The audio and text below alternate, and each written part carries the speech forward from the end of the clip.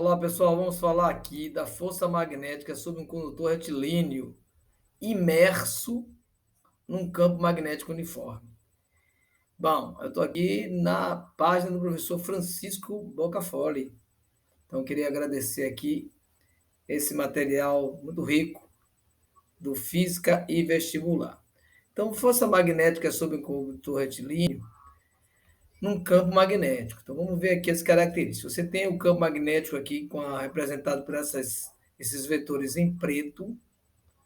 Tem a força magnética representada pelo vetor azul, Fm, e você tem o condutor elétrico, com algumas cargas elétricas. Aqui dá para contar uma, duas, três, quatro cargas elétricas.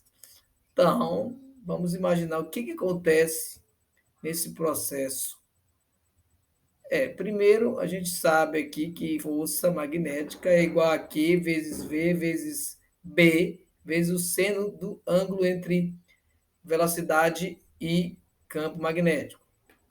Só que eu posso entender o seguinte, aqui são várias cargas. Então, eu vou ter Fn, né, que é a força magnética, vai ser o número de cargas vezes a força inicial. Aqui eu chamei de F', que a força resultante vai ser Fm. Bom, N é o número de cargas que estão aqui. Pela figura só tem 4. Claro que isso é apenas didático. Um condutor elétrico vai ter muito mais. Então, substituindo no lugar da velocidade por ΔS sobre ΔT, no caso, o ΔS vai estar ligado a comprimento e o tempo não muda. E, ao mesmo tempo, eu vou substituir também pela corrente elétrica, que é o número de elétrons vezes a carga elétrica no tempo. Então, substituindo aqui, eu tiro Q sobre ΔT e também tiro N.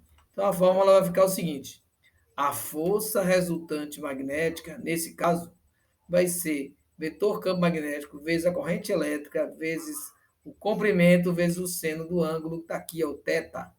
É o ângulo entre o condutor elétrico e o vetor campo magnético. Então, resumindo, está aí a fórmula em destaque, os seus elementos que eu falei agora. Sendo que a força é dada em newtons, o campo magnético vetor é dado em Tesla, a corrente em ampere, o ângulo entre B e I é dado em graus e o comprimento em metros.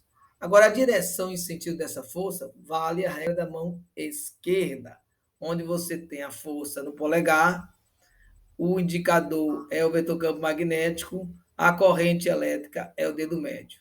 Então, aqui você usa categoricamente, está bem ilustrado aqui nesse caso desse condutor. Então, você vai ter a direção e o sentido da força magnética. Bom, lembrando que nós estamos trabalhando com o sentido convencional da corrente elétrica. Então, a gente tem essa fórmula, como foi dito, e a gente pode partir para alguns casos ou algumas situações. Primeiro, a letra A. Então, o condutor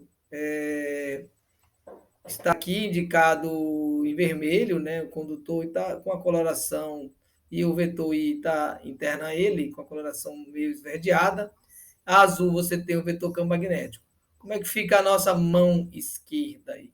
O dedo médio vai estar na direção da corrente, o dedo indicador na direção de B e a força vai sair em nossa direção, ó, polegar. Vai estar. Isso indica que a força magnética está puxando o fio para fora, saindo então da folha.